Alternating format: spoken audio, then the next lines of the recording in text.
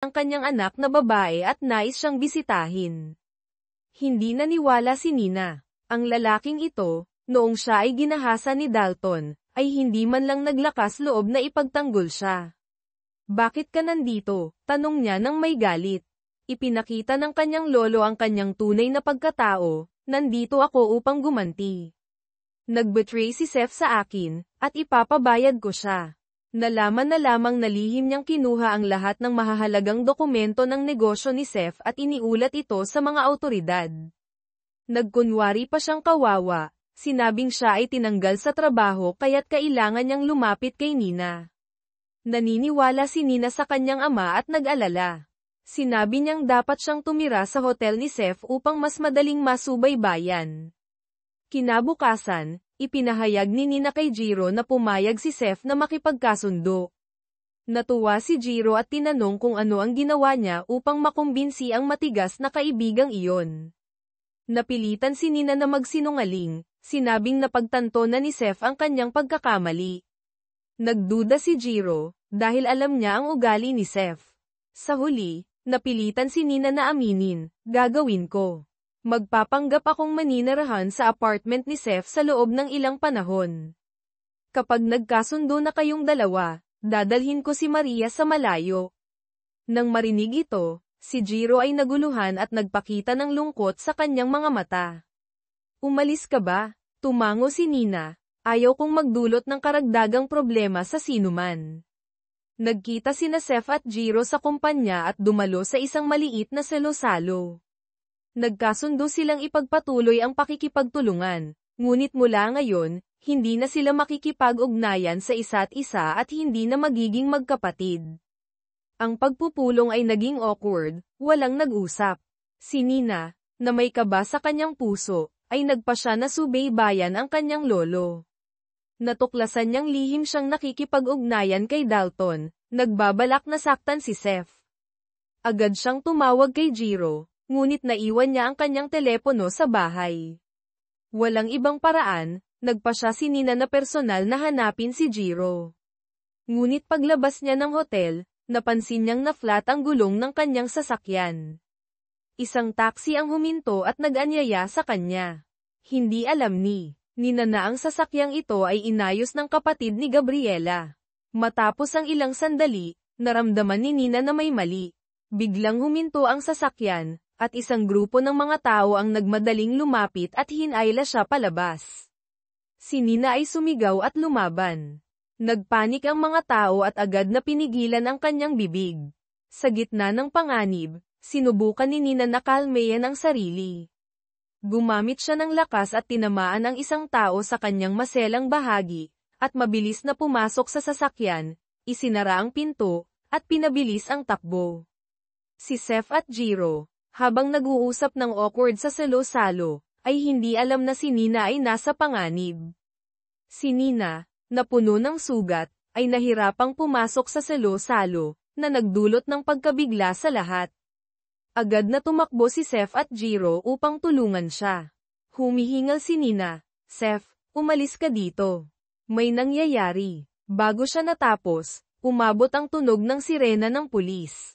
Napalibutan ng mga pulis ang buong lugar. Isang hepe ng pulis ang lumapit at mariing sinabi, "May utos kami na arestuhin si Seth at Jiro dahil sa pagnanakaw ng ari-arian ng gobyerno noong 9 na taon na ang nakalipas." Nagtinginan sina Seth at Jiro, nagulat. Napagtanto nilang ito ay isang bitag. Hindi naniwala si Nina na ginawa ito ni Seth at Jiro. Tumingin siya ng diretso sa mga mata ni Seth, "Hindi mo ito ginawa, di ba?" Tahimik si Seth, hindi makaharap sa tiwala ng mga mata ni Nina. Hindi rin alam ni Jiro kung paano ipapaliwanag. Sa wakas, nagsalita si Seth, "Wala akong kasalanan." Walang pag-aalinlangan, hinawakan ni Nina ang kanyang kamay, "Naniniwala ako sa iyo." Ang mga salitang ito ni Nina ay nagdulot ng pagkabigla kay Seth. Hindi siya makapaniwala na sa kabila ng lahat, nanatili pa rin ang tiwala ni Nina sa kanya. Nagsagawa ng pagsisiyasat ang pulis at nisil ang bahay ni Seth. Ang kanyang biyenan, na hindi nakatiis sa pagkabigla, ay nahimatay sa lugar. Si Nina, sa kabila ng mga sugat sa kanyang katawan, ay nagmadaling pumunta sa kumpanya. Ipinagsapalaran niya ang panganib at kinuha ang lahat ng cash, umaasang makakatulong ito kay Seth. Matapos ang lahat, dinala siya ng kapatid ni Jiro pauwi upang magpahinga. Habang nakaupo sa sofa, bumalik ang mga nakakatakot na alaala ng gabing ginahasa siya ni Dalton, na nagdulot ng labis na sakit kay Nina. May narinig na katok sa labas. Nang buksan ni Nina ang pinto, nagulat siya nang makita ang buong pamilya ni Seth na nakatayo sa kanyang harapan. Dahil sa pagkakasil ng kanilang bahay, wala na silang ibang mapuntahan kundi ang magtago sa bahay ni Jiro. Pagpasok sa bahay, agad na ibinuhos ng kanyang biyenan ang galit kay Nina. Hiningi pa niyang paalisin si Nina sa bahay. Sa pagkakataong iyon, lumabas ang kapatid ni Jiro at humarang sa harapan ni Nina. Walang sino man ang dapat humawak sa kanya. Si Nina ay nagbuwis ng panganib upang ipaalam kay Seth ang mga nangyari, at hindi nag-atubiling kumuha ng pera para sa lahat. Ngayon, halos nagiging biktima siya ng mga masasamang tao. Kung hindi kayo marunong magpasalamat, bakit kailangan pa ninyong paalisin siya? Nang marinig ang tungkol sa halos pag-atake kay Nina, nagulat ang kanyang biyenan. Napagtanto niyang nakipag-ugnayan siya kay Dalton upang turuan si Nina ng leksyon. Ang tanging layunin niya ay ang ilayo si Nina mula sa kanilang pamilya, ngunit hindi niya inaasahan na gagawin ni Dalton ang isang bagay na labag sa kanyang konsensya. Matapos malaman ang nakakatakot na katotohanan, nagpa siya ang ina ni Jiro na hayaan si Nina na manatili. Kinabukasan, pumasok siya sa silid ni Nina at nakita ang mga pasa sa kanyang maputlang mukha, na nagdulot sa kanya ng matinding pagsisisi. Pinuntahan niya si Dalton, at nang walang salitang sinabi, sinampal siya ng napakalakas.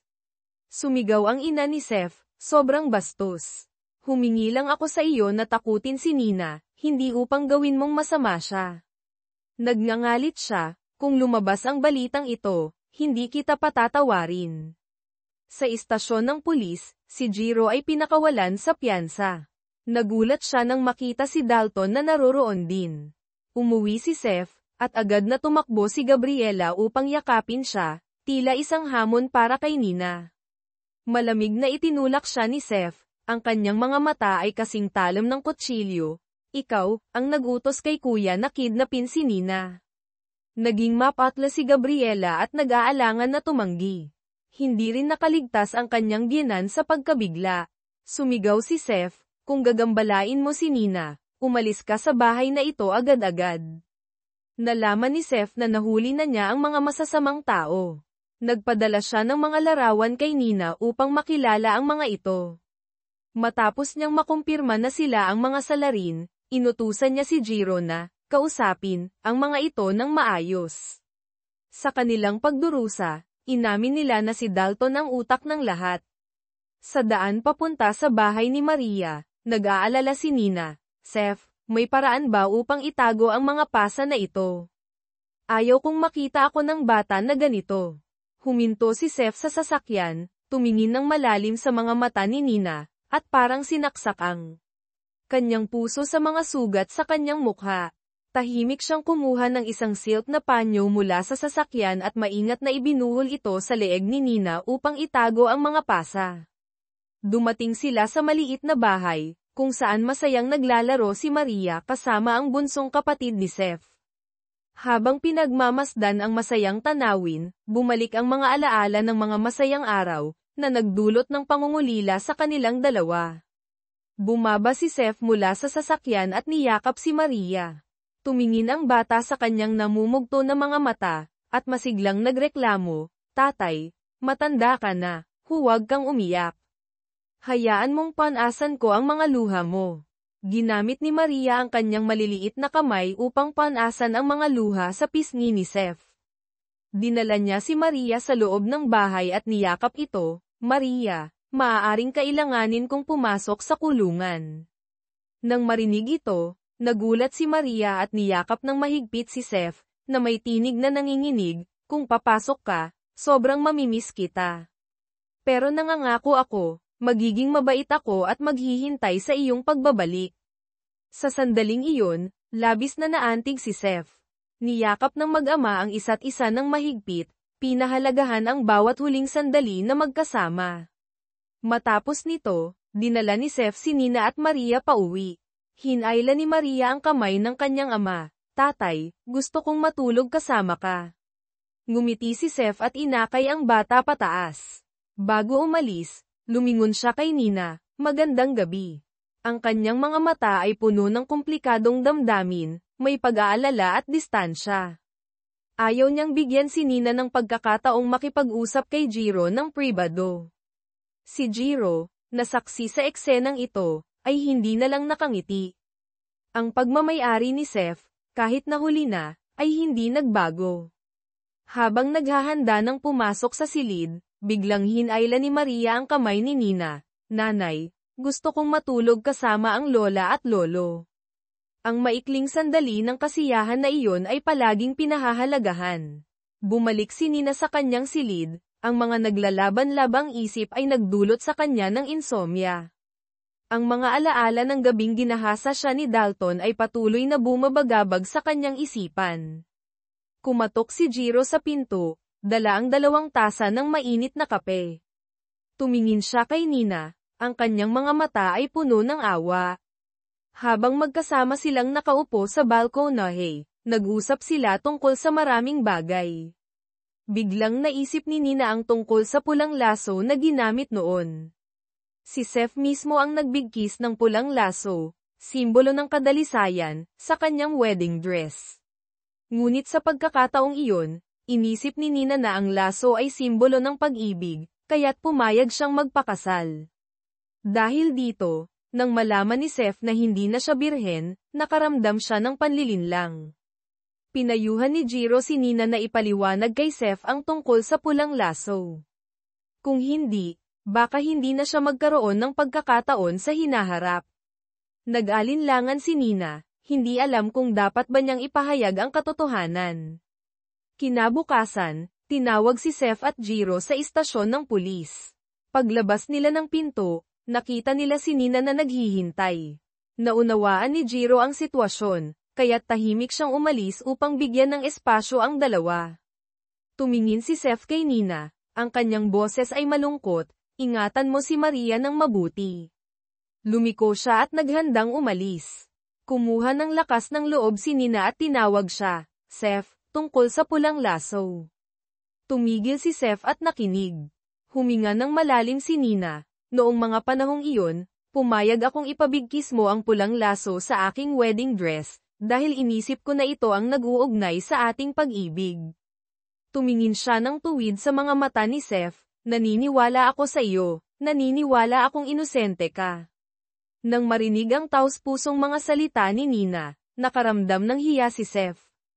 Hindi niya akalain na sa kabila ng lahat ng hindi pagkakaintindihan at sakit, makakapagtiwala pa rin si Nina sa kanya. Nanghihinayang na sinabi ni Seth, ako, nagkamali. Nagtawanan si Nina ng may sakit, noong mga panahong iyon, inosente ako, ngunit walang naniwala sa akin. Ngayon, ikaw ang may kasalanan, ngunit patuloy pa rin akong nagtitiwala sa iyo ng walang kondisyon. Sa pagkakataong iyon, tumakbo si Maria at niyakap si Seth, Tatay, bakit ka umalis nang walang palem? Niyakap ng mag-ama ang isa't isa, at umagos ang mga luha. Dumating na ang araw ng paghihiwalay. Habang unti-unting nawawala ang anino ni Seth sa likod ng pinto, bumuhos ang kalungkutan sa puso ni Nina at Maria. Sa ibang lugar, dumating si Dalton sa bahay ni Seth. Isang babae ang lumabas at niyakap siya. Siya ay, ang kapatid ni Jiro. Ipinahayag niya ang kanyang pagmamahal, na hindi alam na niloko siya ni Dalton sa loob ng maraming taon. Wala siyang kaalaman na ang lalaking nasa harapan niya ay isang demonyo na nakasuot ng anyong tao.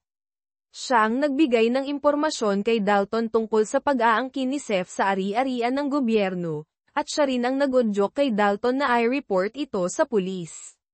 Nalaman na bago namatay, iniwan ng lolo ni Jiro ang kanyang huling habilin, na humingi sa ama ni Jiro na ibalik ang mga ari-arian na naangkin mula sa pamilya ni Seth. Ang ama ni Jiro, na si Kim at makasarili, ay hindi pinansin ang habilin ng kanyang ama. Sa isang pagtatalo kasama ang kanyang ama, aksidenteng narinig ni Jiro ang kwentong ito. Matigas ang kanyang desisyon na ipabalik ang mga ari-arian sa pamilya ni Seth.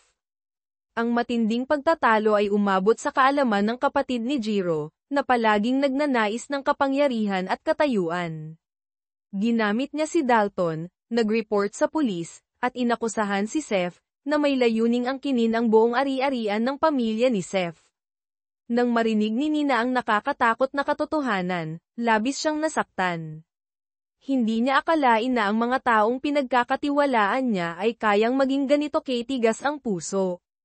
Nang makita niyang malungkot si Maria dahil sa sitwasyon ni Seth, nakaramdam si Nina ng kawalang kapangyarihan. Hindi niya alam kung paano mapapawi ang sakit sa puso ng kanyang anak. Biglang kumatok ng malakas. Ang ina ni Seth ay nasa harapan ng pinto, sumisigaw at nagmumura. Ayaw ni Nina na maapektuhan ang damdamin ni Maria, kaya't hinayla niya ang babae palabas. Tinawag ng ina ni Seth si Nina kung bakit umalis si Seth nang walang paalam sa kanya at kay Gabriela. Sumagot si Nina, kung saan man pumunta ang anak mo, hindi niya kailangang ipaalam sa iyo, wala itong kinalaman sa akin. Galit na nagtaas ng kamay ang biyenan, handang sampalan si Nina, ngunit naharang ito ni Jiro. Ikinwento niya sa kanya ang buong katotohanan tungkol sa pag-aangkin ng ari-arian ng pamilya ni Seth ng lolo ni Jiro. Nabulabog ang ina ni Seth, hindi makapaniwala sa kanyang narinig. Hinayla niya si ina ni Jiro sa isang sulok at tinanong. Ang ina ni Jiro, na nahihiya at nagsisisi, ay hindi alam kung ano ang sasabihin. Galit na nagpasya ang ina ni Seth na putulin ang ugnayan sa pamilya ni Jiro. Bago umalis, nilapitan ng biyenan si Nina at hiningi ang pag-aalaga kay Maria. Nasa kulungan na si Seth. Ako ang magiging tagapag-alaga ng aking apo. Nang marinig ito, tumawa si Nina. Kahit mamatay ako, hindi ko hahayaan na sumama ang anak ko sa iyo. Isinara niya ang pinto, hindi alintana ang sigaw at pagkatok ng kanyang biyenan sa labas. Walang magawa ang ina ni Seth kundi umalis na nag-iisa. Ang buong pamilya ni Seth, mula sa tuktok ng kanilang kapangyarihan, ay naging mga palaboy na walang matutuluyan. Sa ibang lugar, nagrereklamo si Gabriela, nagagalit. Ang kanyang biyenan, na nag-aalala para sa kanyang manugang, ay nagbigay ng call-iwan, huwag mag-alala. Babalik din si Seth sa iyo. Ngunit nag-angat ng kilay si Gabriela, kung hindi nangyari ito, marahil ay namumuhay na ako sa marangyang buhay. Sa katunayan, sa kanyang puso, tanging pera at katayuan lamang ang mahalaga. Narinig ni Dalton ang mga plano ni Gabriela. Lumapit siya, may ngiting mapanlinlang. Tutulungan kita na makamit ang gusto mo. Sa gitna ng kanyang kawalang pag-asa, biglang naisip ng biyenan ang mga salitang sinabi ni Jiro bago siya umalis.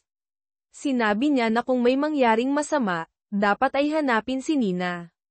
Pumunta ang biyenan kay Nina at sinabi na siya ay labis na naguguluhan dahil siya ang nagpadala ng mga tao upang saktan si Nina.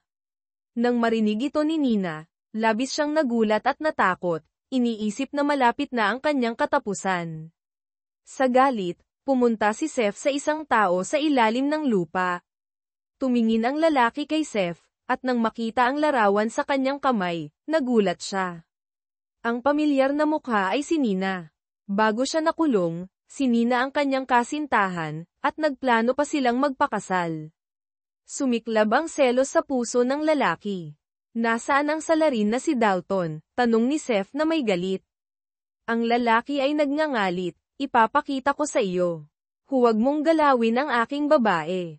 Di nagtagal, si Jiro at ang kapatid ni Seth ay pumunta sa tahanan ni Dalton. Kumatok ang kapatid ni Seth, at nagulat si Dalton na tumakas sa bintana. Mabilis na nahuli siya ni Jiro.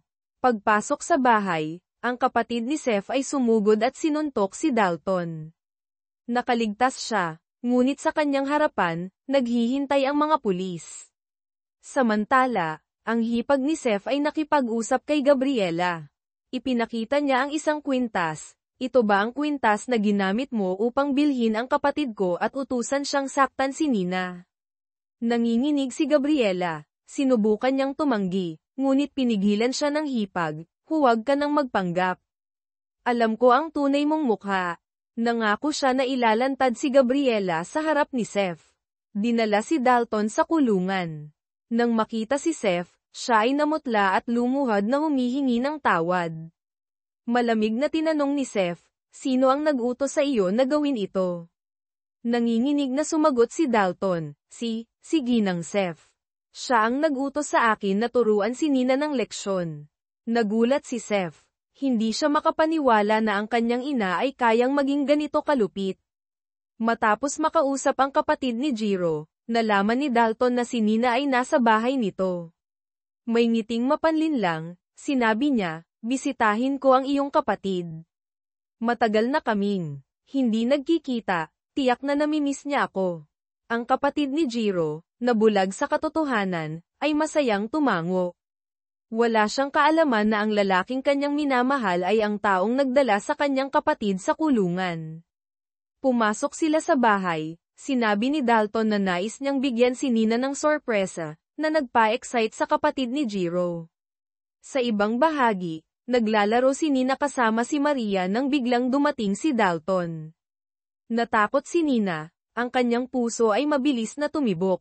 Si Maria, na naramdaman ang takot ng kanyang ina, ay nanginginig at kumapit sa likod ni Nina.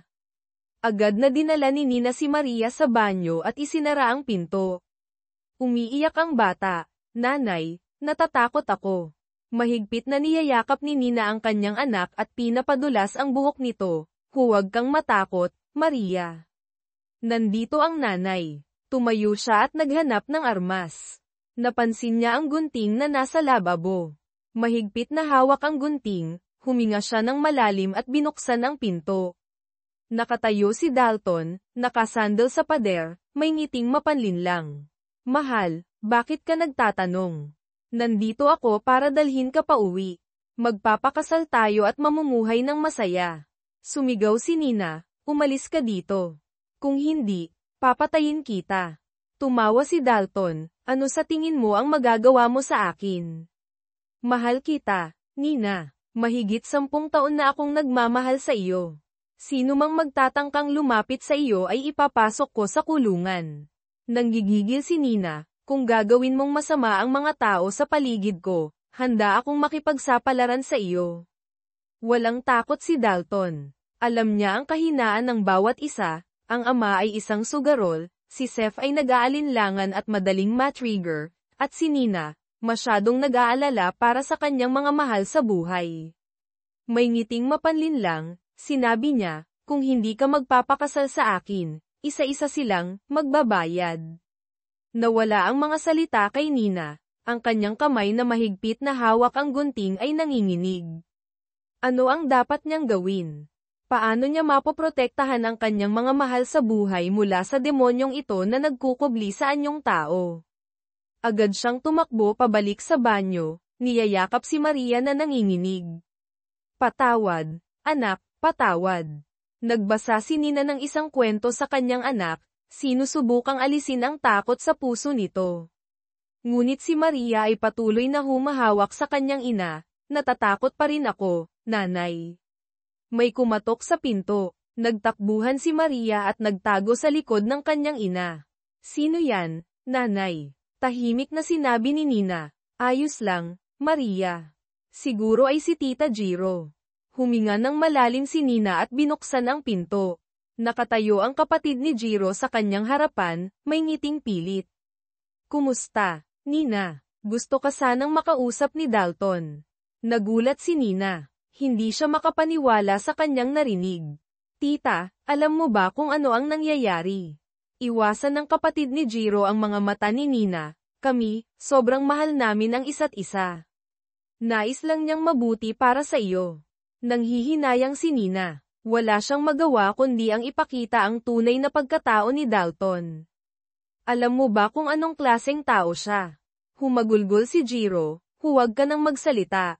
Hindi alam ni Jiro ang tungkol dito, at ayaw kong malaman niya." Nagtataka si Nina. Paano siya makakapagtiwala sa isang tao tulad ni Dalton? Bingi ka na. Ginagamit ka niya. Umiling ang kapatid ni Jiro. Mahal ko siya, Nina. Naniniwala ako sa kanya. Alam ni Nina na wala ng silbi ang kanyang mga salita. Ang pag-ibig ay nakabulag sa isip ng babaeng ito. Wala nang ibang magawa si Nina kundi ang bumalik sa loob ng bahay at yakapin ang kanyang anak. Kinabukasan, nagpunta si Nina kay Dalton. Pagpasok niya sa bahay, hinawakan niya ang kwelyo nito at sumigaw, "Lumayo ka sa buhay ko." Tumakbo ang kanyang lolo upang pigilan siya. "Nina, anong ginagawa mo? Kumalma ka." Tumingin si Nina ng tuwid sa mga mata ng kanyang lolo. Ang boses ay puno ng hinanakit. "Ikaw ang nagbigay daan sa kanya. Ikaw ang dahilan kung bakit nakulong sina Seth at Jiro." Tumawa si Dalton, "At ano ngayon? Nakamit ko na ang gusto ko." Tumingin si Nina sa kanyang lolo. "Alam mo bang ginagamit ka lang niya?" Pagkatapos sabihin iyon, umalis si Nina. Ngunit hindi siya pinabayaan ni Dalton. Hinawakan niya ang kanyang kamay. "Hayaan mo akong mag-isa." Inalis ni Nina ang kamay niya. "Sasabihin ko ang lahat kay Tita Jiro. Kailangan niyang malaman ang tunay na pagkatao mo." Nanginginig si Dalton. "Gagawin mo ba iyon?"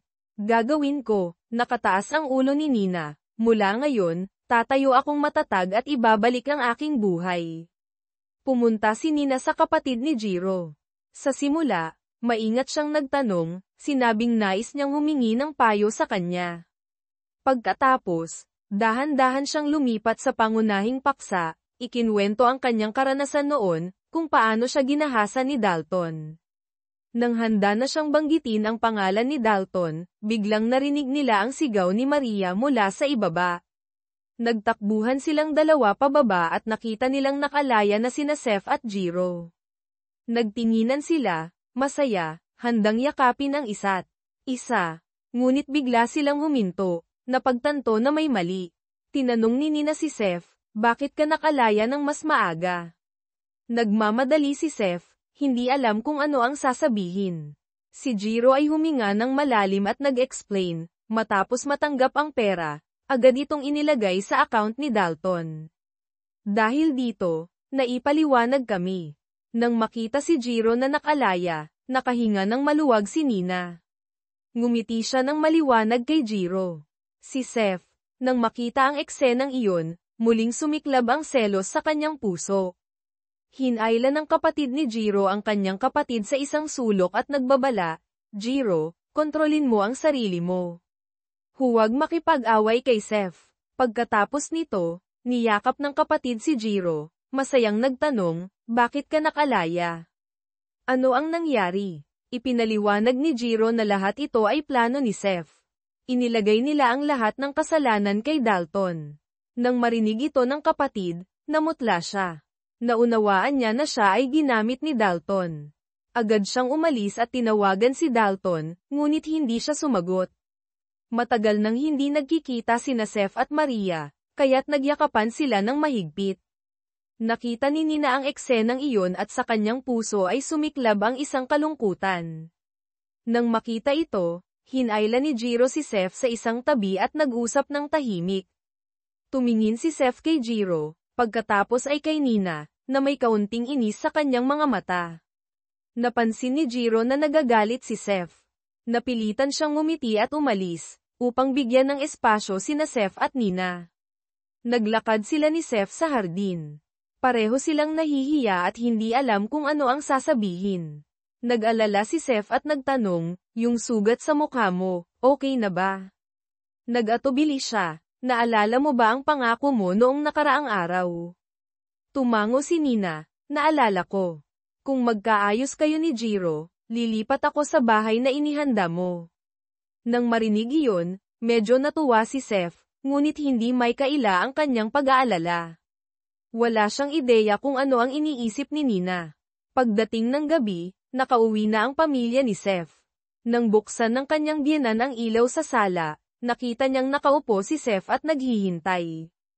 Tumakbo siya upang yakapin ang kanyang anak, ngunit umiwas si Seth. Hindi pa siya handang magpatawad sa mga pagkakamali ng kanyang ina. Nanginginig ang kanyang ina, Sinubukan niyang magpaliwanag, nais ko lang ang kabutihan mo. Si Dalton ay nagsisinungaling, wala akong alam. Sumigaw si Seth, bakit mo ginanito si Nina? Siya ang ina ni Maria. Nang marinig iyon, nagulat ang buong pamilya. Lahat sila ay nabigo sa ginawa ng kanyang ina. Umiiyak ang kanyang ina, hindi ko sinasadya. Nais ko lang siyang paalisin. Nanginginig ang mga ngipin ni Seth, ang dapat umalis ay ikaw. Ayaw kong makita ang mukha mo muli. Lahat ay nagdalamhati habang pinalayas ni Seth ang kanyang ina mula sa bahay, tanging si Gabriela lamang ang masaya sa loob. Kahit gaano pa siya kahingi ng tawad, hindi nagbago ang desisyon ni Seth. Samantala, pumunta si Jiro kay Nina. Walang tao sa silid, tila wala ng buhay. Sa kama, nakita niya ang isang liham. Naramdaman niyang humigpit ang kanyang puso. Naunawaan niya, umalis na si Nina. Binuksan ni Jiro ang liham, ang mga sulat ay nanginginig, naglalaman ng damdamin ni Nina. Jiro, naalala mo ba ang unang pagkikita namin ni Seth? Noong panahong iyon, mga bata pa kami, inosente. Lumabas siya mula sa dagat, matatag at matibay tulad ng isang bundok. Naniwala akong siya ang magiging sandalan ko sa buong buhay ko. Ngunit nagbago ang lahat, matapos akong paalisin ni Seth. Si Maria na lamang ang natitira sa akin. Siya ang tanging suporta sa aking buhay. Ngayon, kahit anong pagsubok ang harapin ko, sisikapin kong malampasan ito. Ayaw kong may masaktan dahil sa akin, lalo na kayo ni Seth. Ayaw kong magalit kayo sa isa't isa dahil sa akin. Nagpasya akong umalis at magsimula ng bagong buhay. Patawarin mo ako sa aking pagiging makasarili. Nina. Dinala ng kapatid ni Jiro si Dalton sa isang liblib na bahay. Sinabi niyang ligtas ito at walang makakahanap sa kanya dito. Sa oras na iyon, nakatanggap si Dalton ng mensahe mula kay Nina. Sinabi niyang umalis na siya sa lungsod at umaasang bibitawan siya ni Jiro. Sa paliparan, hawak ni Nina ang kamay ni Maria, lumingon siya sa lupaing puno ng masasayang alaala. Dumating na ang oras para sa kanilang mag-ina na magpaalam. Nang makita ni Seth na malungkot siya dahil sa kanyang ina, agad na lumapit si Gabriela upang aliwin siya. Tumingin si Seth sa kanyang asawa at nagtanong, sinasabi mo bang pinoprotektahan mo si Nina mula sa pang-aabuso ng aking ina? Walang kahihiyan, sumagot si Gabriela, bilang isang babae, nauunawaan ko ang paghihirap ni Nina. Lagi kong sinisikap na tulungan siya. Yamakap si Seth kay Gabriela, nahabag sa kanyang kabutihan. Wala siyang kaalaman na si Gabriela ang nasa likod ng lahat ng ito. Dahil sa mga matatamis na salita ni Gabriela, niyakap ni Seth ang kanyang asawa. Habang siya ay nagiging mahina, bumulong si Gabriela sa kanyang tainga, nagmungkahi na magkaanak sila. Nagtigatig si Seth, itinulak si Gabriela, at, malamig na sinabi, hindi ito ang tamang oras. Nais lamang niyang magtuon ng pansin sa kanyang anak na si Maria. Sa mga oras na iyon, nagmadali si Jiro papunta sa kanila. Seth. Si Nina, umalis na siya. Naiwan niya ang isang liham. Nagtakip si Seth. Hindi siya makapaniwala na umalis si Nina kasama ang kanilang anak. Agad silang pumunta sa paliparan, ngunit huli na. Umalis na ang eroplano. Sa ibang bahagi, nagtatago si Dalton mula sa mga pulis. Pumunta siya sa isang tao na gumagawa ng pekeng dokumento, ngunit humihingi ang tao ng $100,000. Sa kanyang pagkagipit, hindi niya alam kung paano ito malulutas. Kinabukasan, nagpunta siya sa kapatid ni Jiro. Sa kanyang mukhang nagmamalupit, nagreklamo siya tungkol sa kanyang sitwasyon at humiling na mangutang. Naantig ang kapatid ni Jiro at sinabi na wala siyang masyadong pera, ngunit dahil mahal niya si Dalton, susubukan niyang tulungan siya. Samantala, pumunta sina Seth at Jiro sa kanilang lolo, pinilit siyang sabihin kung sino ang nag-utos sa kanya na saktan si Seth. Agad siyang nagsalita, ibinuhos ang lahat ng impormasyon at inakusahan si Dalton. Medyo nagduda sina Seth at Jiro. Paano nalaman ni Dalton ang tungkol sa pag-angkin ng ari-arian ng gobyerno? Naramdaman ni Seth na mayroong tao sa kanilang bahay na nag-uulat. Sa mga sandaling iyon, tumunog ang telepono ni Jiro. Ang kanyang kapatid. Sinabi niyang nais niyang bumili ng kotse at humingi ng $100,000. Napakunot ang noo ni Jiro.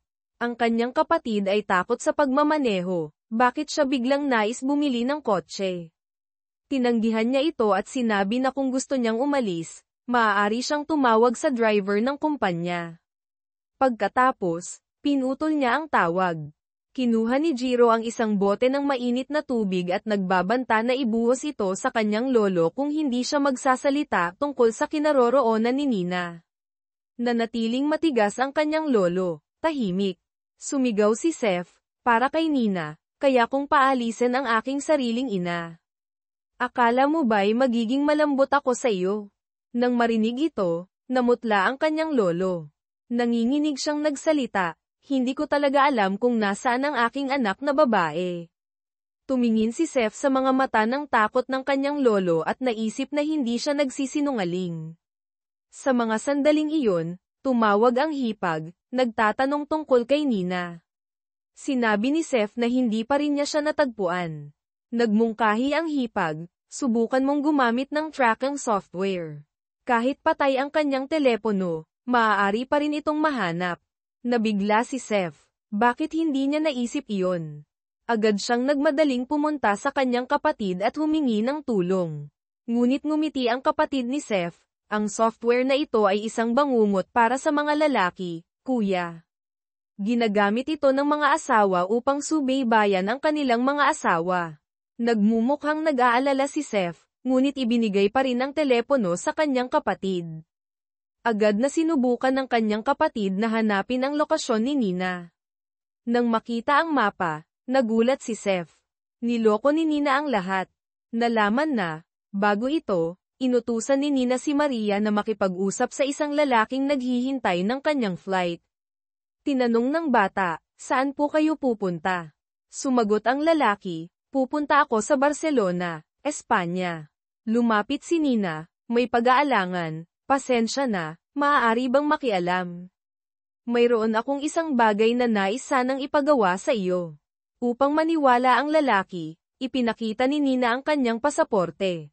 Pagkatapos, iniabot niya ang kanyang telepono, kung may hahatid mo ang teleponong ito sa Barcelona at ibigay ito sa isang babae, babayaran kita ng €3,000.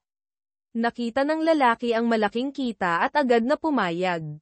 Hindi nagtagal, naipasa na ng lalaki ang telepono sa matalik na kaibigan ni Nina. Tumawag ang kaibigan at nagkunwaring nakakita siya ng telepono sa Barcelona. Tunay nga, ang trick na ito ay nakaloko kay Dalton. Inutusan niya ang kapatid ni Jiro na huwag ipaalam ito kan-inuman. Ang kapatid ni Jiro, na nagtitiwala kay Dalton, ay tumango at sumunod. Samantala, si Nina ay naglalakad kasama si Maria sa isang lihim na lugar na inihanda ni Jiro. Biglang tumunog ang telepono, isang tawag mula sa kanyang kaibigan. Ipinahayag ng kaibigan na naniwala si Dalton na si Nina ay nasa Barcelona. Nina ay huminga ng maluwag. Sa kabilang dako, matapos palayasin ni Seth ang kanyang ina mula sa bahay, opisyal na naging tagapangasiwa si Gabriela. Dito, unti-unti nang lumabas ang kanyang tunay na pagkatao, pinahihirapan ang mga katulong sa bahay. Ngunit hindi inaasahan, ibinalik ng hipag ang kanyang biyenan. Ang mga salitang masakit ni Gabriela ay umabot sa kanyang biyenan. Galit na galit, sinabi ng kanyang biyenan, hayaan mong makita, sino ang tunay na may-ari ng bahay na ito. Pumasok ang kanyang biyenan, pinalaya si Gabriela mula sa bahay, at nagdeklara, simula ngayon, ako na ang mangangalaga sa lahat ng gawain sa bahay. Nanginginig si Gabriela, sinubukan niyang humingi ng tawad, ngunit hindi nagbago ang desisyon ng kanyang biyenan. Pagdating ng gabi, dinala ng kapatid ni Jiro si Dalton sa isang lugar upang kunin ang pera. Matagal silang kumatok, ngunit walang sumasagot. Nawala na sa pasensya si Dalton at nagtatangkang sirain ang pinto, ngunit pinigilan siya ng kapatid ni Jiro. Ayaw niyang madawit siya sa krimen. Umuwi ang kapatid ni Jiro at sinabi kay Dalton na hindi siya nakakuha ng pera. Galit na galit si Dalton at nagmura. Nang makita ang kanyang kasintahan na nawawalan ng pag-asa, nagkaroon ng matapang na ideya ang kapatid ni Jiro. Lihim siyang bumalik sa bahay, kumuha ng isang bato mula sa lupa, at tumayo sa harap ng pinto, nag-aalangan. Sa huli, nagpasya siyang basagin ang pinto, ngunit nahuli siya ni Dalton. Ayaw niyang madawit ang kanyang kasintahan. Umiiyak ang kapatid ni Jiro. Nangako siyang uuwi at susubukang kumbinsihin ang kanyang kapatid na ibigay ang pera kay Dalton. Tumango si Dalton, ngunit may naiisip na ibang plano. Tunay nga, hindi nagtagal, naghanap si Dalton ng isang gang. Pumasok sila sa bahay, sinuri ang lahat ng dako, at sa wakas ay nakakita ng isang kahon ng pera. Pagkalipas ng ilang sandali, bumalik ang sekretarya ni Jiro kasama ang kanyang ina. Pagkatapos magpalit ng sapatos, dumating sina Jiro at ang kapatid, humihingi ng pera. Ngunit nang buksan ng sekretarya ang kahon, natuklasan nilang ito ay walang laman. Isang piraso ng papel na lamang ang natira. Binasa ni Jiro ang papel, nagulat. Kinuha ni Nina ang perang iyon at umalis. Sabi niya, ito ang pera na ibinabayad ni Seth sa kanya. Nang marinig ito, si Seth, na handa nang umalis upang hanapin si Nina, ay napahinto. Sa mga oras na iyon, narating ni Dalton ang paliparan, handang lumipad patungong Barcelona upang hanapin si Nina. Si Seth, matapos mag-isip, pinilit ang kanyang lolo na tulungan siyang hanapin si Nina. Tumanggi ang lolo, sinabing wala siyang alam kung nasaan si Nina. Sumigaw si Seth, wala akong pakialam. Kung hindi mo ako matutulungan na mahanap si Nina, papatayin kita. Nanginginig ang kanyang lolo, hindi ko talaga alam. Na-dismiss na ako, at expired na ang aking pasaporte. Biglang naisip ni Seth, wala ring pasaporte si Nina. Paano siya makakalipad sa ibang bansa? Sa mga sandaling iyon, dumating ang matalik na kaibigan ni Nina at sinabi na papunta si Seth sa paliparan upang hanapin siya. Labis na nagulat si Nina. Nabigo ang kanyang plano. Agad siyang tumawag kay Jiro at sinabi na nasa bansa pa siya. Nag-imbento siya ng kwento na nasa Barcelona siya upang maliga si Dalton. Sinabi ni Nina kay Jiro na siya ay nasa bahay ng mabait na kaibigan. Pinutol ni Jiro ang tawag at nagmadaling pumunta kay Nina. Si Seth, na may kutob na may mali, ay sumunod. Dumating sila sa maliit na bahay kung saan naghihintay si Nina. Nang makita si Seth, naguluhan si Nina at hindi alam kung ano ang sasabihin. Sinira ni Seth ang katahimikan, bakit ka umalis? Iwasan ni Nina ang kanyang tingin, ayaw ko nang maging abala sa iyo. Sumigaw si Jiro, hindi mo ba naiintindihan? Mahal ka ni Seth. Ayaw niyang mawala ka. Umiling si Nina, huwag nang magsalita.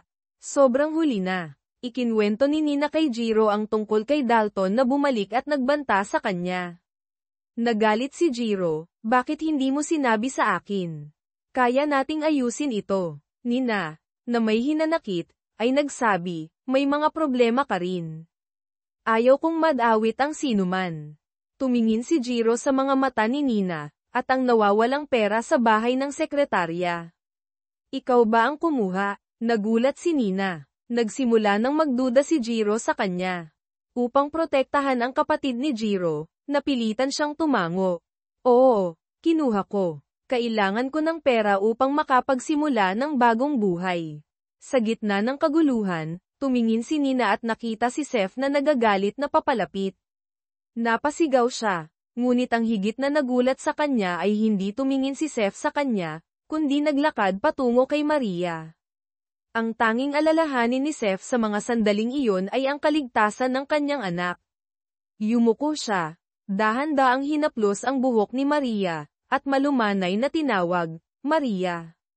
Nang makita ng bata ang kanyang ama, ngumiti siya at niyakap siya.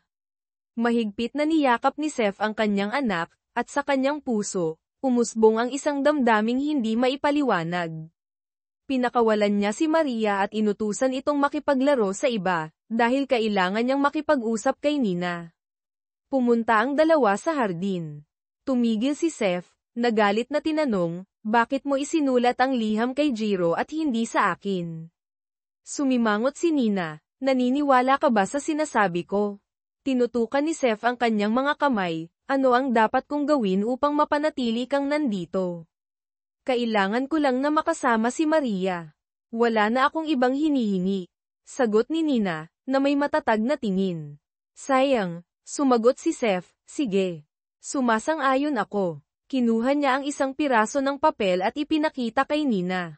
Kinuha mo ang perang iyon, di ba?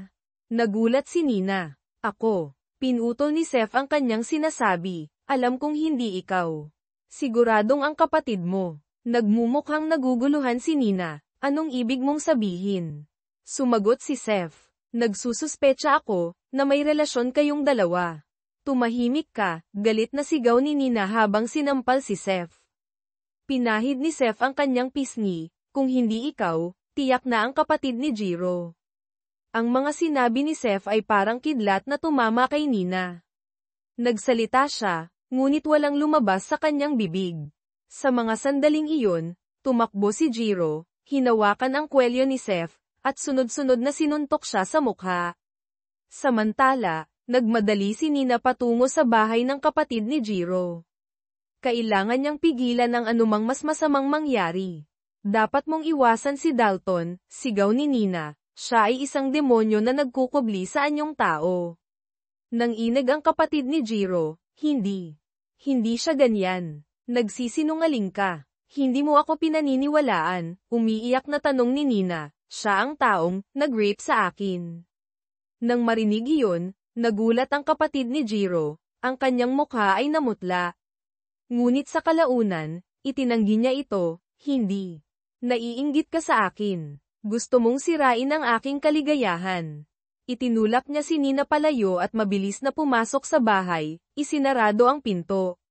Sa sakit at kawalang pag-asa, bumalik si Nina. Kailangan niyang maghanap ng ebidensya upang ilantad ang tunay na pagkatao ni Dalton at iligtas ang kapatid ni Jiro mula sa kanyang mga pangil. Pumunta si Nina kay Jiro, na sa simula ay nais sanang aliwin siya, ngunit sa mga oras na iyon, tumunog ang telepono ni Jiro. Ang kanyang lolo. Anong gusto mo? Galit na tanong ni Jiro. Ibalik mo ang telepono sa akin, sigaw ng kanyang lolo. Bakit mo ito kinuha? Galit na pinutol ni Jiro ang tawag. Tumingin siya kay Nina. Gusto ng lolo ko ang telepono. Ibabalik ko ito sa kanya. Agad na pinigilan ni Nina. Huwag. Ang teleponong iyon ay makakatulong sa atin na mahanap si Dalton. Sinabi niyang makikipagkita siya sa kanyang lolo at kailangan ang telepono upang makahanap ng ebidensya. Matapos makuha ang telepono, nagmadali si Nina na umalis. Sa daan pa uwi, binuksan niya ang telepono ng kanyang lolo at nagsimulang maghanap. Sa wakas, natagpuan niya ang isang video. Nang inig ang kanyang mga kamay habang pinindot ang play button. Lumabas sa screen ang mga imahe ni Dalton na inaabuso siya. Ang mga nakakatakot na alaala at madidilim na takot ay bumalik, pinipiga ang puso ni Nina. Sinubukan niyang kalmayan ang sarili at tinanggal ang video mula sa telepono. Biglang tumunog ang telepono. Ito ay ang kapatid ni Jiro. Nabigla si Nina. Tumingin siya kay Jiro, huminga ng malalim, at sinagot ang tawag. Nahanap ko na ang ebidensya. Ipapakita ko sa iyo ang tunay na mukha ni Dalton. Sabi ni Nina, ang boses ay nanginginig. Tahimik ang kabilang linya. Pagkatapos, isang boses ang umabot sa kanya, hindi mula sa kapatid ni Jiro, kundi kay Seth. Nasaan ka? Galit na tanong ni Seth, gusto kong makilala ka. Nanghihinang pinutol ni Nina ang tawag. Hindi niya inasahan na naroon si Seth sa tabi ng kapatid ni Jiro. Sa hindi sinasadyang pagkakasalita, naipahayag niya ang koneksyon sa pagitan ng kapatid ni Jiro at ni Dalton. Sumigaw si Seth, anong nangyayari? Magsalita ka. Naging mapatla ang mukha ng kapatid ni Jiro at nag-atubiling nagsinungaling.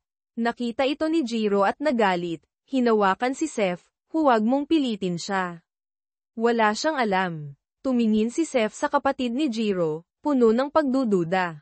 Alam niyang may nangyayaring hindi tama. Nang bumaba ang gabi, dumating si Nina upang makita si Jiro, na talagang nais sanang aliwin siya. Ngunit nakatagpo siya kay Seth. Ang atmosfera ay naging mahirap. Galit na tanong ni Seth, alam mo ba kung sino ang iniibig ng kapatid ni Jiro? Nanahimik si Nina. Lumapit si Seth at hinawakan ang balikat ni Jiro, mahal mo siya. Bakit hindi mo sinabi sa akin? Itinulak ni Jiro ang kamay ni Seth, huwag kang maging walang katwiran. Siya ang aking kapatid. Tumingin si Seth sa dalawa, puno ng pagdududa. Hindi niya maunawaan kung ano ang nangyayari. Dahil sa kawalang pag-asa, umalis si Nina, iniwan si Seth at Jiro na may mga lihim na hindi pa naihahayag. Jiro, patawad. Wala akong kaalaman, umiiyak na sabi ng kapatid ni Jiro. Mahigpit na niyakap ni Jiro ang kanyang kapatid, nag-aaliw. Huwag kang mag-alala, kapatid. Poprotektahan kita. Ngunit sa kanyang kalooban, unti-unting bumubuo ang isang malaking pagdududa. Marahil, ang mga sinasabi ni Nina ay totoo. Sa gitna ng pagkalito, biglang nakita ni Nina si Seth na galit na papalapit. Ang nakakagulat ay hindi siya tumingin kay Nina, kundi diretsong lumapit kay Maria. Ang tanging alalahanin ni Seth sa mga sandaling iyon ay ang kanyang anak. Yumuko siya, hinaplos ang buhok ni Maria, at malumanay na tinawag ang kanyang pangalan. Nang makita ni Maria ang kanyang ama, ngumiti siya at niyakap siya. Mahigpit na niyakap ni Seth ang kanyang anak, at sa kanyang puso, umusbong ang isang damdaming hindi maipaliwanag. Pinakawalan niya si Maria at inutusan itong makipaglaro sa iba, dahil kailangan niyang makipag-usap kay Nina. Naglakad silang dalawa patungo sa hardin. Tumigil si Seth, nagalit na tinanong. Bakit nang umalis ka, siya lamang ang sinulatan mong liham? Iwasan ni Nina ang kanyang tingin, naniniwala ka ba sa mga sinasabi ko? Tinutukan ni Seth ang kanyang mga kamay, ano ang dapat kong gawin upang mapanatili kang nandito? Kailangan ko lang na makasama si Maria. Wala na akong ibang hinihingi. Sagot ni Nina, na may matatag na tingin. Sayang, sumagot si Seth, sige. Sumasang-ayon ako. Kinuha niya ang isang piraso ng papel at ipinakita kay Nina. Kinuha mo ang perang iyon, di ba? Nagulat si Nina. Ako. Pinutol ni Seth ang kanyang sinasabi, alam kong hindi ikaw. Siguradong ang kapatid mo. Nagmumukhang naguguluhan si Nina, anong ibig mong sabihin? Sumagot si Seth, nagsususpecha ako, na may relasyon kayong dalawa. Tumahimik ka, galit na sigaw ni Nina habang sinampal si Seth. Pinahid ni Seth ang kanyang pisngi, kung hindi ikaw, tiyak na ang kapatid ni Jiro. Ang mga sinabi ni Seth ay parang kidlat na tumama kay Nina. Nagsalita siya, ngunit walang lumabas sa kanyang bibig. Sa mga sandaling iyon, tumakbo si Jiro, hinawakan ang kwelyo ni Seth, at sunod-sunod na sinuntok siya sa mukha. Samantala, nagmadali si Nina patungo sa bahay ng kapatid ni Jiro. Kailangan niyang pigilan ang anumang mas masamang mangyari. Dapat mong iwasan si Dalton, sigaw ni Nina. Siya ay isang demonyo na nagkukubli sa anyong tao. Nang inag ang kapatid ni Jiro, hindi. Hindi siya ganyan. Nagsisinungaling ka. Hindi mo ako pinaniniwalaan, umiiyak na tanong ni Nina. Siya ang taong nag-rape sa akin. Nang marinig iyon, nagulat ang kapatid ni Jiro. Ang kanyang mukha ay namutla. Ngunit sa kalaunan, itinanggi niya ito, hindi. Naiinggit ka sa akin. Gusto mong sirain ang aking kaligayahan. Itinulak niya si Nina palayo at mabilis na pumasok sa bahay, isinarado ang pinto. Sa sakit at kawalang pag-asa, bumalik si Nina. Kailangan niyang maghanap ng ebidensya upang ilantad ang tunay na pagkatao ni Dalton at iligtas ang kapatid ni Jiro mula sa kanyang mga pangil. Pumunta si Nina kay Jiro, na sa simula ay nais sanang aliwin siya. Ngunit nakatagpo siya kay Seth. Ang atmosfera ay naging mahirap. Galit na tanong ni Seth, alam mo ba kung sino ang iniibig ng kapatid ni Jiro? Nanahimik si Nina. Lumapit si Seth at hinawakan ang balikat ni Jiro, mahal mo siya.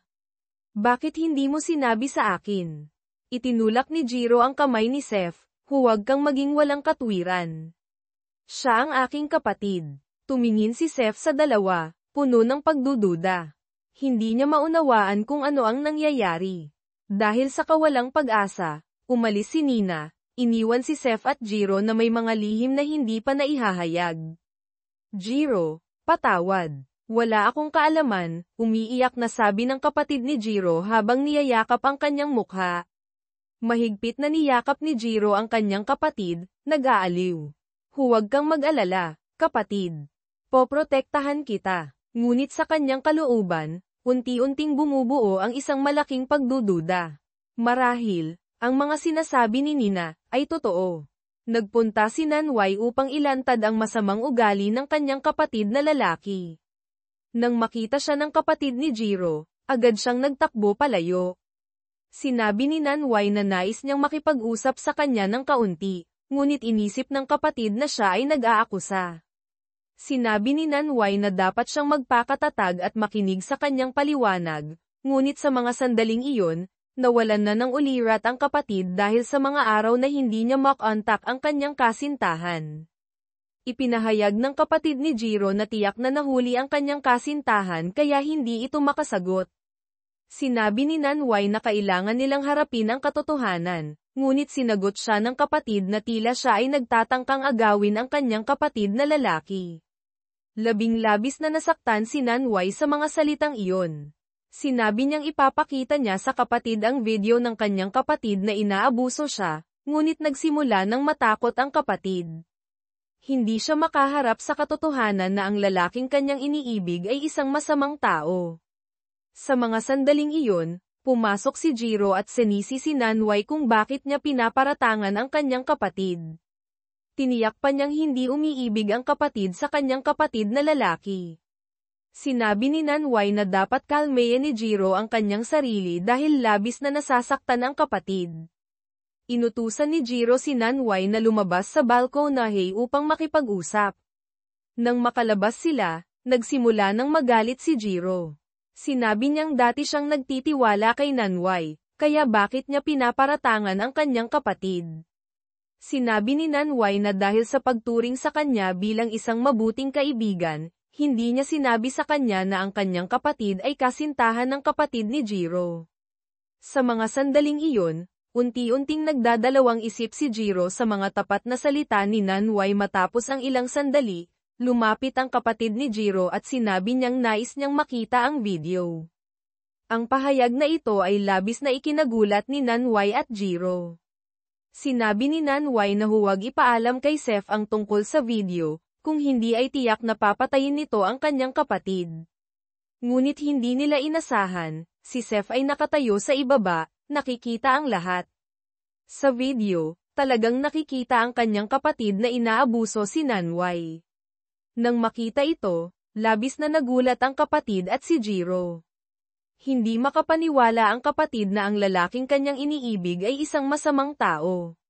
Si Jiro naman ay nakaramdam ng awa para sa masakit na kapalaran ni Nanway. Nakatayo si Seth sa ibaba, nakikita ang pighati sa kanilang mga mukha. Umabot na sa ganitong sitwasyon, ngunit ang kapatid ni Jiro ay naniniwala pa ring hindi ito totoo. Nang malaman na ang kanyang kapatid ay kasintahan ng masamang tao, si Jiro ay umupo sa lupa sa labis na pagdurusa. Sa mga sandaling iyon, pumasok si Seth. Tumingin siya sa telepono sa kamay ni Nanway at sa mga mukha ng pighati ng lahat. Naguluhan si Seth at tinanong kung anong nangyayari. Si Jiro ay umiiyak sa sakit. Lumapit si Seth at niyakap ang kanyang kaibigan. Sa mga sandaling iyon, si Jiro ay parang isang bata, nagtago sa mga bisig ng isang nakatatanda upang umiyak. Dinala ni Seth ang dalawang babae sa silid upang magpahinga, pagkatapos ay lumabas sa balkonahe upang makipag-usap kay Nanway. Nang makita ni Seth na malamig si Nanway, agad niyang inalis ang kanyang jacket at ibinigay ito sa kanya. Nagtitigan ang dalawa. Mula sa kanilang mga mata ay makikita ang malalim na pagmamahal. Sa mga sandaling iyon, tumingin si Seth sa telepono sa kamay ni Nanway at kinuha ito. Matapos niyang mapanood ang video, labis siyang nagdalamhati. Ngayon, nauunawaan na niya ang kanyang maling akala tungkol kay Nanway, at sinimulan niyang saktan ang kanyang konsensya. Sa mga sandaling iyon, lumapit si Nanway kay Seth. Nang makita si Nanway, tuluyan nang bumagsak si Seth. Matapos ang 9 na taon, ito ang kauna-unahang pagkakataon na tinawag niya si Nanway sa kanyang pangalan. Ang sandaling ito ay nagdulot sa kanila ng matinding emosyon. Matapos maayos ang lahat ng hindi pagkakaintindihan, ang puso ni Seth ay parang nabasag sa dami ng pighati. Nagsisi siya dahil pinabayaan niyang magdusa ang babaeng kanyang iniibig sa loob ng 9 na taon. Sa kabilang dako, ang kapatid ni Jiro ay nagkunwaring nagpapatawad sa kapatid ni Nanway habang ang dalawa ay nagyakap. Kumuha siya ng karayom at sinaksak ito sa leeg ng kanyang kapatid. Ang masamang tao ay natakot at tumitig sa kapatid ni Jiro. Sinabi ng babae, akala mo ba'y mapapatawad ko ang isang malupit na tao tulad mo? Sa mga sandaling iyon, nagsimula ng magdulot ng epekto ang gamot. Ang lalaki ay nahirapang umalis sa sasakyan, at sa kalaunan ay bumagsak na sa lupa. Ginamit ng kapatid ni Jiro ang lahat ng kanyang lakas upang hilahin siya palayo at ikinulong siya sa isang abandonadong bahay. Kinabukasan, nakiusap si Nanway kay Seth na huwag gumanti sa kanyang kapatid. Dahil ayaw niyang maging isang mamamatay tao. Ayaw niyang magkaroon ng karagdagang problema at nais lamang na maging masaya kasama ang kanyang anak. Ngunit si Seth ay may sarili ng plano. Nangako siyang papatayin ang masamang tao upang makamit ang katarungan para kay Nanway. Dumating si Nina upang makipag-usap kay Jiro. Habang nag-uusap, lalo siyang naging emosyonal. Pinayuhan siya ng kanyang kaibigan na huwag masyadong mag-alala. Ang malapit na ugnayan ng dalawa ay nakuhanan ng litrato ng kapatid ng asawa ni Seth. Lumalabas na ang kanyang asawa ay palaging inuutusan ang kanyang kapatid na subaybayan ang bawat galaw ni Nanway. Nagpadala ang kapatid ng mga litrato sa kanyang kapatid na babae. Ang asawa ay nagalak sa pag-iisip na maaalis si Nanway sa kanilang buhay. Sa gabi, habang masaya ang pamilya sa pagkain, biglang natanggap ng lahat ang larawan ni Jiro na malapit kay Nanway. Ipinakita ng kapatid ang larawan sa kanyang kapatid na lalaki. Matapos makita ang litrato, labis na nagalit si Seth. Malakas siyang nagtanong kung sino ang nagpalabas ng larawang ito. Sa mga sandaling iyon, dumating sina Nanway at Jiro sa salo-salo. Ang asawa ay nag-isip na tiyak na makikita niya ang isang magandang palabas.